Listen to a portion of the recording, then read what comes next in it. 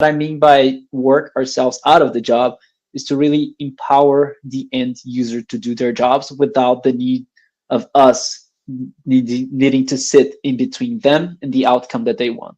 So I'm stuck generating reports, whereas can I Yeah. educate the business to do? And the answer is no. I've tried that too. It doesn't work.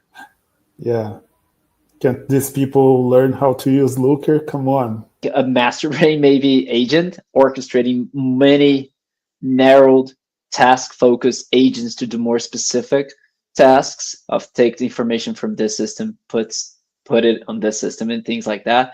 Hopefully eliminate data entry. I hope that we don't need to ask salespeople to update Salesforce or something like that.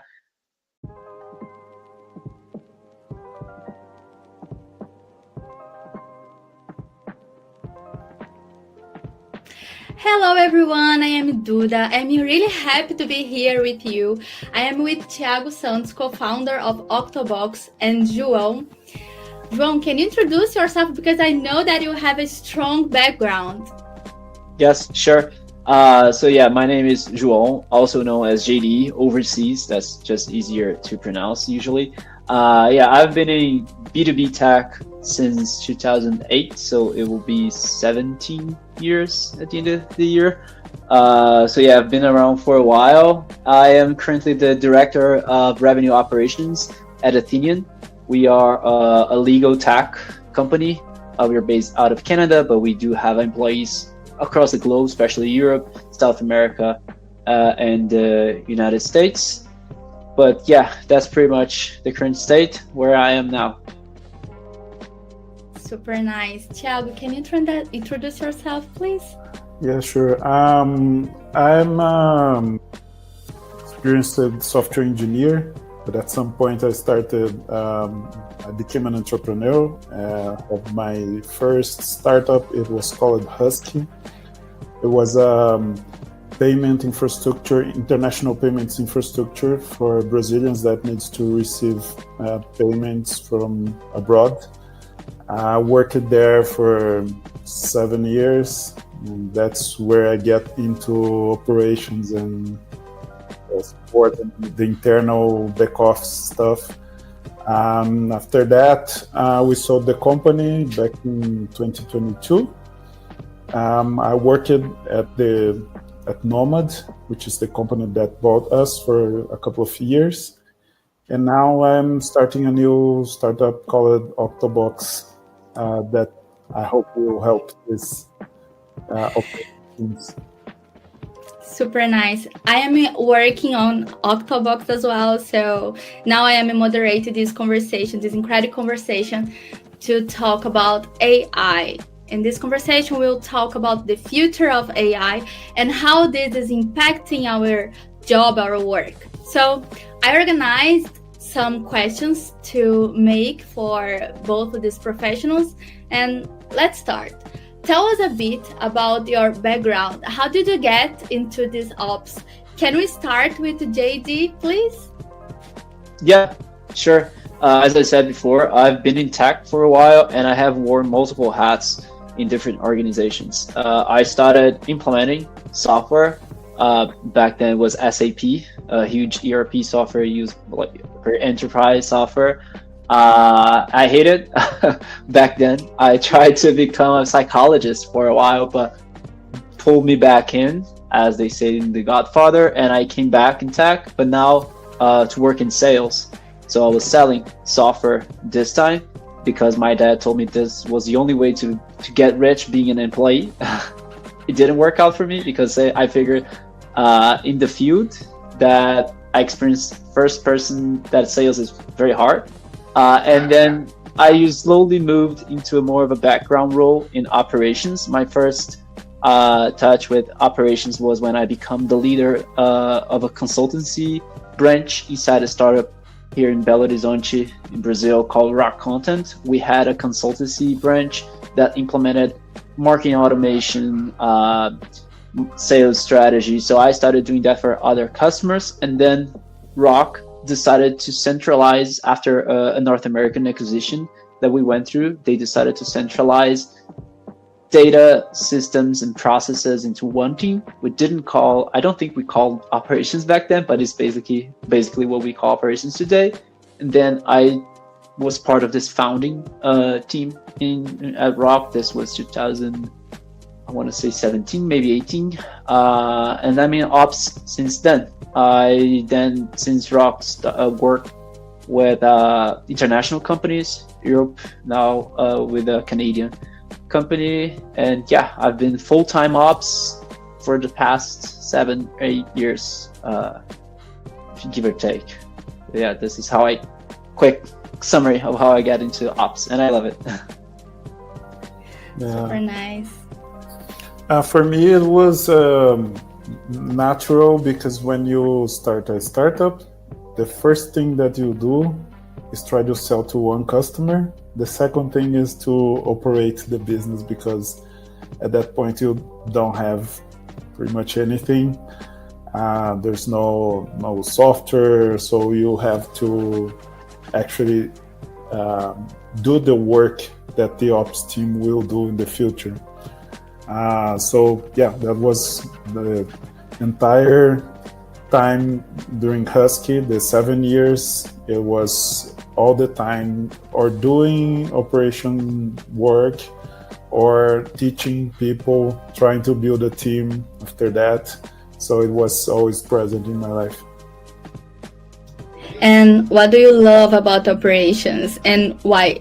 What you don't love as well? I think one thing that is very interesting is the power that you have to automate. Of course, today we have modern tools, but if we go 10 years ago, we don't have tools. We need to automate using people. So it's basically figuring out good processes and trying to replicate that in a way that it will be sustainable. And that's, for me, that's interesting to build. That's something interesting that you can build. But it's also challenging, because you depend on other people. You need to motivate these people correctly so they can operate. You need to put the processes, the tools. It's quite intriguing how that will develop within the team. But I like building systems that when they work, it's amazing. You look at that and say, wow, this is perfect. But most of the time it doesn't work, and you have to keep digging. Yeah, in the same tone, I'm a builder, and I think if you are in ops, you gotta love the builder mindset, because you will be building systems, processes, and you will have to investigate. And what I love the most about being in ops, actually, it's not only the technical part that I get to build, but even before the building part, which is the discovery phase, that you get to touch multiple areas of the business. You have you need to develop a holistic view of the entire business end to end. If you are working on a lead routing project, you have to also understand how accounting does accounting, how they close the books, and how these two are connected. So you need to think of the entire enterprise flow, from marketing to sales to everything, and how they are connected. And then systems and processes are at the center, unavoidably, right? So you need to think in a very broad way. And I'm a curious person, always has been. So that also helps. I like to poke, I like to ask questions, put my nose where I'm not called sometimes, and ask finance some questions that they give me answers that I don't understand most of the time, just like engineers, but I keep asking them. And what I don't love actually is sometimes it's hard to keep pace of change, especially now with AI. Every day you get, oh my God, am I doing things the right way? What am I not doing? What opportunities am I missing? But of course, there are mechanisms to help you cope with that, but still is the part that generates anxiety in me as an ops leader. Nice. And how do ops team in your organization deal with data today? And are you applying AI already? Speaking for myself, yes, we are applying AI. to a couple different workflows. I can speak more in detail with that. As far as data goes, I always say I have a motto as an ops professional. I always try to teach my team, the teams that I work with, this motto, which is we need to work ourselves out of the job. You know, maybe with AI, this will make things easier to people fire us, but I think we'll have time until this happens. And what I mean by work ourselves out of the job is to really empower the end user to do their jobs without the need of us needing to sit in between them and the outcome that they want. So, for example, when we talk about automation, right, that Thiago mentioned, I would love in another experience, we were trying to create a program in which everyone would be able to generate a bot. Before AI, we were using RPA, which is robotic process automation, and we were trying to everyone, like in marketing, finance, you would be able to generate a bot, and this is many years ago. And now, when we think about data, is the same thing, in which I don't want to be in the middle of a report that I need to generate to the C-suite or even to the salesperson, right? We are trying to give autonomy back to the team, and this is how AI is right now coming into our workflow. So we are building internal agents that can reply to questions like, "Hey, what could I have done better in this sales call? Where did I miss? What are the chances of this person moving forward with us?" Instead of them asking us to run a model, running a Python script or an SQL query, they can simply ask, right? And not only this, but we have a lot of data, so making it actionable right now is the challenge for us. I don't know if this addresses your questions, but we have multiple projects, but the end goal is always how can we empower our user, our business stakeholder with AI. Awesome. I think, Thiago, you can talk about Husky and Nomad as well. I have never had many successes in automating with software. Both at Husky, probably we didn't have the tech so advanced at the time. It was sold in 2022, so we're talking about 5 years ago when we needed that. But then we were acquired by a company that is bigger and has it has the departments splitted, and then you start negotiating with other departments to be able to do what you need, and that's very, very challenging.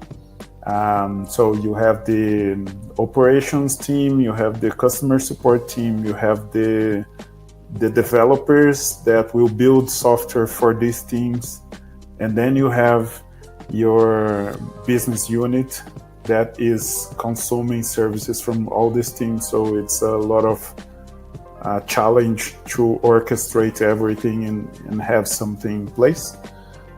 There we use it to have a large team of data analysts, and we use a Looker basically. That was the main data tool that we use it there. And for everything you wanted at Looker, you probably need to ask someone to do.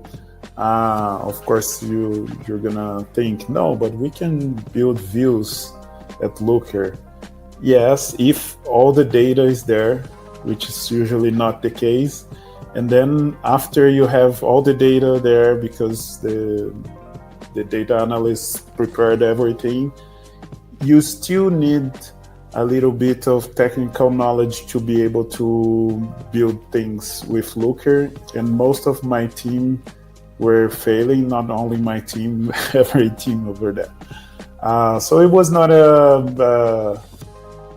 I didn't have success at that point. What we're trying to build at Octobox is something that will give to users inside the company the ability to build screens like tables or charts or whatever from prompt, and having as a source all the systems that you use, from your database to Google Analytics, your CRM, the customer support tool, so you can grab everything and build your own visualization that you want. Of course, it's not easy to do that, but it is what we're aiming to do, because we suffered a lot at the past experiences trying to build stuff, and then you need to wait 1 week for that ticket to be attended. Then you look at it, oh, it's not this, I need something different. And then months pass and you're still stuck. And just to add on top of what you said, Thiago, as being someone who's sitting on the receiving end of those requests and managing a team sometimes of data analysts and data engineers, they also are not pleased to work like that. You know, you go into the black hole of the pipeline of the request, and understandably, there's always a zoom in, right? There's always, okay, I need to know a bit more detail. I need to slice this data now in this cohort, in this industry. Can you give me the segment of X, Y, Z? So it's never a one-time work. You know, when you deliver, I always tell that to my team, when you add anything, it can be even a dashboard that looks amazing, right? But you are giving yourself for the future more work, because they will ask like to improvements and make sense, because they need to know specifics, you know. And so I think on the receiving end, it's also not a pleasant experience, and especially when the company grows. As you said, like big company has bigger issues. Yeah, and why is it that it's not pleasant for them? Like, what did they complain about?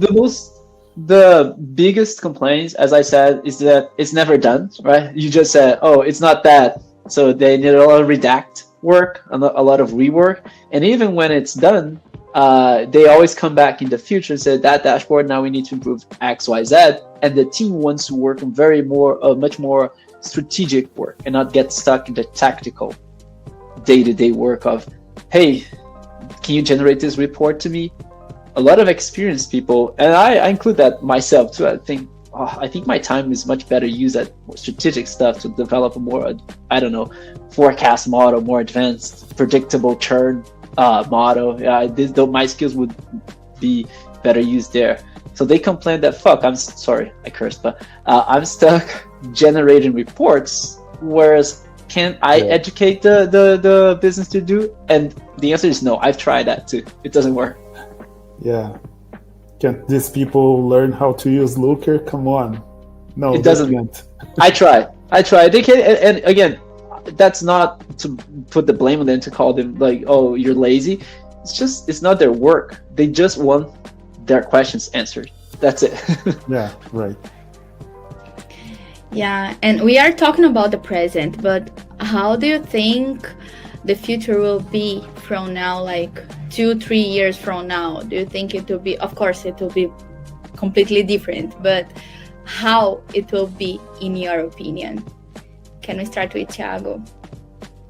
Oh, come on, why you don't start with the JD? Because I'm shifting every time. Sometimes I'm starting with the JD, sometimes with you. Yeah, 2-3 years is a lot of time in these AI times. Things are very, very accelerated. Every release from OpenAI or Google, you see stuff that, oh my God, I'm already late, and it passed just 3 months. But for sure, we'll have a lot of agents working. I think operations is one place that this might happen a lot. Of course, we'll still need people to figure out when things don't go the golden path that we programmed on the agents. I think also a lot of autonomy for the ops people to be able to find the information they need.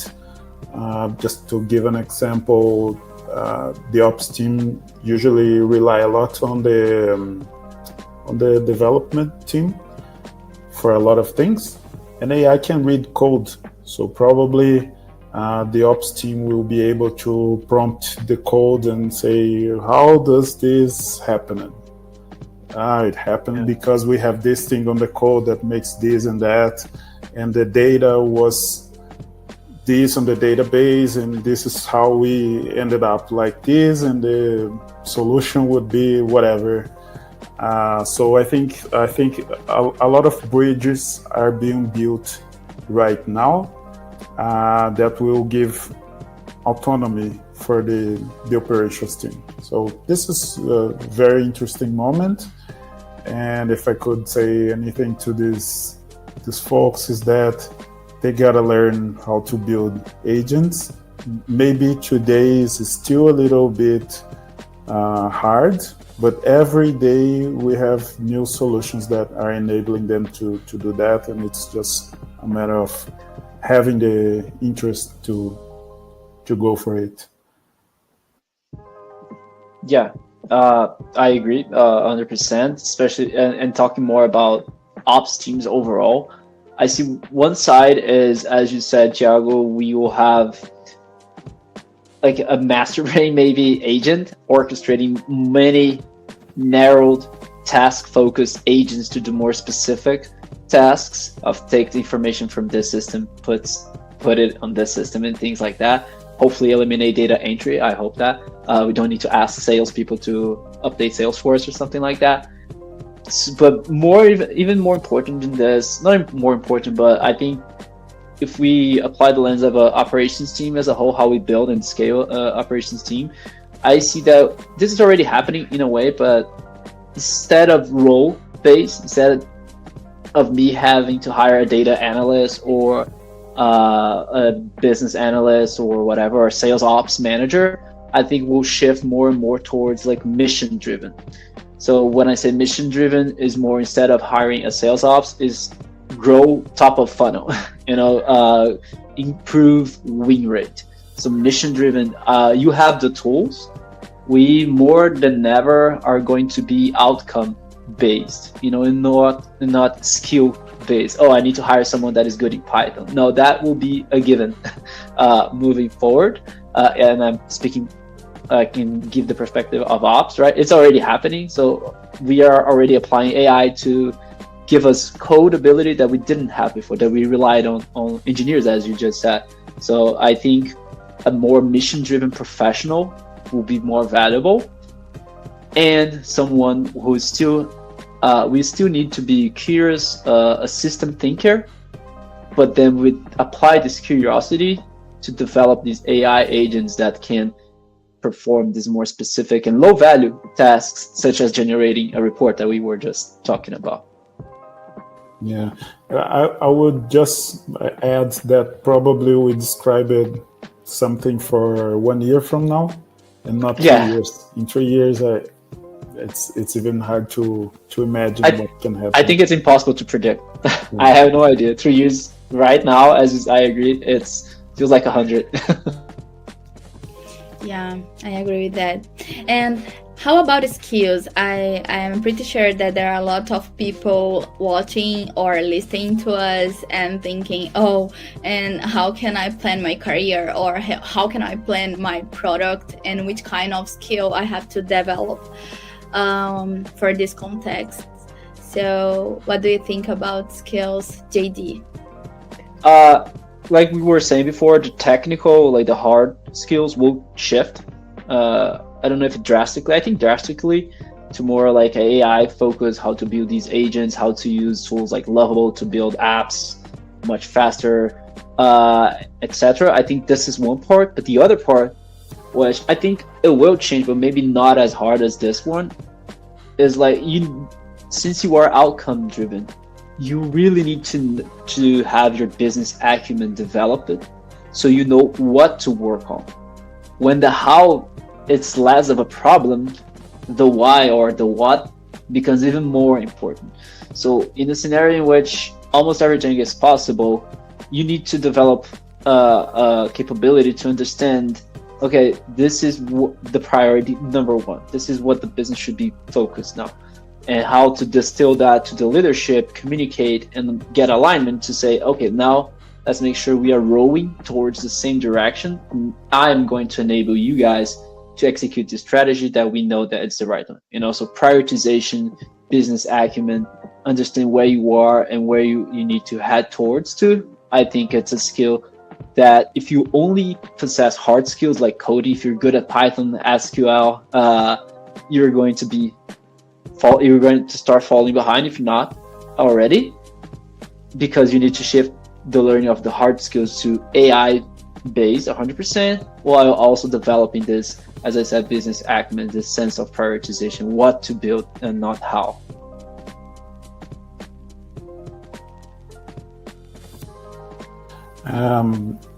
I agree, and I would add that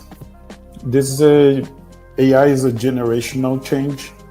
It's like if we go back 50 years ago when they first invented the personal computer, then you had the accountant that knew how to manage accounting books, but it was a physical book actually with a pen. They would write it there. And they needed to learn how to use a mouse, how to use the screen, how to use a spreadsheet. And then today, every accountant knows how to do this and they are comfortable just fine. But now we have another wave. So I think the main skill here is to be interested, is to be curious, and is to dive in. Just go with the flow. Don't think, oh, okay, there is a change coming. It will happen. No, it already happened. You can use the tools already exist. They are creating more each day. But if you're not talking to AI during your work day, that would be the most basic thing you should be doing right now. So start from there. And I think another easy thing to do is to listen, because people are posting this on LinkedIn and they're making talks. Just listen, and you find tools that are ready for your reality, and then just go for it, adopt. Try to understand how it can save you hours or weeks of your month so you can do more. So I think I'm seeing these patterns of people right now, some that will go with it and others are expecting. Don't be the one expecting, just go, because you can build there's an opportunity right now that you can build a differential for your experience and for your professional situation. Yeah, and related to that, don't wait, right? Because there is a learning curve, and it's easy for us to default to what we already know. So you are given a problem, you think, okay, I'm gonna solve this using my existing toolkit with what I know. Because AI at the beginning, if you're building something more complex, it will be messy. You will make mistakes. It will not be perfect at first, right? But you need to start now and make sure you're, as I said, applying the curiosity and developing an AI brain. Just like I used to tell my son that I only have my job today because I'm good at Googling. I'm very good at Googling stuff and reading and understanding how other people solved this before. It's the same principle in mind. You have to bring this into your workflow ASAP, understanding that it won't be perfect at first. You won't nail everything, but resist the temptation to just do what you always have done. You need to shift the mindset right now. Yeah, if I could add something, there is a thought that I hear Naval Ravikant saying too much is you have to learn how to learn, first of all. So I think in this context, this kind of thought is very useful, right? And today, this is much easier than it used to be in the past. Just to give an example, I used to suffer a lot to build a business case because you need a lot of data to do that. For example, how many companies use APIs these days, and how many of this is e-commerce, and in Latin America. For you to find this data, you need to go to the government spreadsheets, and then you cross that with the amount of money that is this doing or that. So it's very, very hard.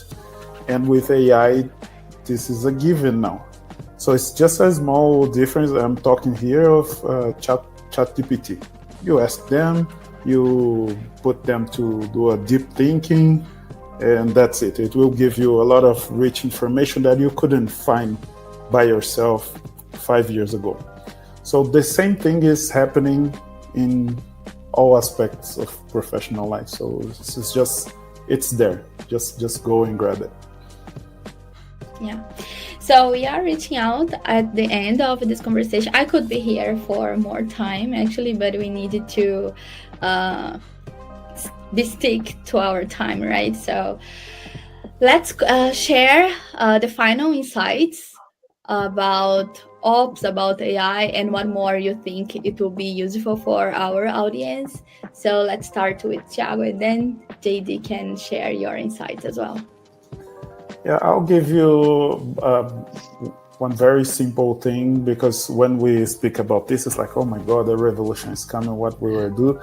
It's just build one agent, just one, for one thing that you do, not your team, that you do.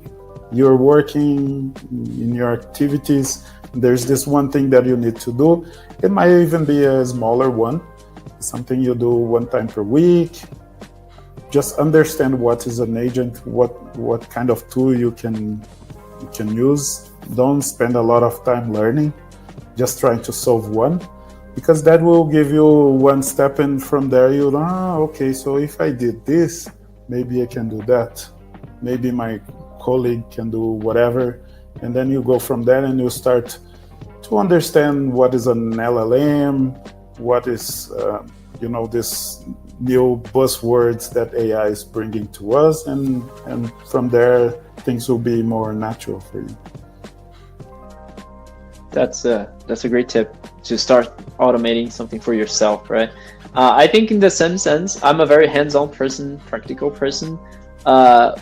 While social media has a lot of good stuff, good input that you can use it, try to avoid, and I'm guilty of this myself, FOMO, the fear of missing out at the same time. There's a lot going on, a lot of cool things, but stay focused. As Thiago suggested, stay focused. Don't get anxious because everybody is telling that they automated 2,000 hours of work. That might be true, but they started automating an hour and 1 hour for a week, so start.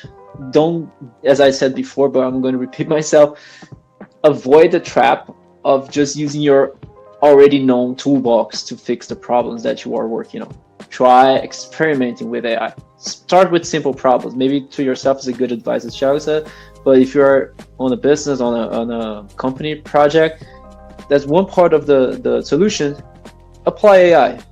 See what is the outcome, how it works, how it behaves, because then you can start understanding the technology. And if you understand the principle, just like with anything, you can then extrapolate. So focus and start small, but do not postpone, and use your already known tools to solve problems. Yeah. Super nice. So thank you, guys. I would like just to give you time to share your social media, where people can find you on social media. Can you share your social media, JD, please? Yes, sure. You'll find me on LinkedIn. That's my only social media account that I have for now. My LinkedIn is JOAODOBBIN is my full name, João Dobbin. You can find me there. And we just started, I think 2 weeks ago, a very small community for operations professionals, focused on Brazilian or Portuguese speaking professionals, inspired by US communities. We just started, we're very small, no structure. You don't need to give us your email. This is literally a place for us to exchange experience. We have an AI channel there that we try to exchange things that are working for us, that aren't. So yeah, find me on LinkedIn. You'll find a community there, or ask me about it. It'll be nice to have you. I'll ask you about it. That would be great. For me, it's the same. I'm just on LinkedIn. It's Thiago Santos. You can search for Thiago Santos Octobox. It will be easier to find myself there. Super nice. And I'd like to invite all of you to follow us on social media, Octobox.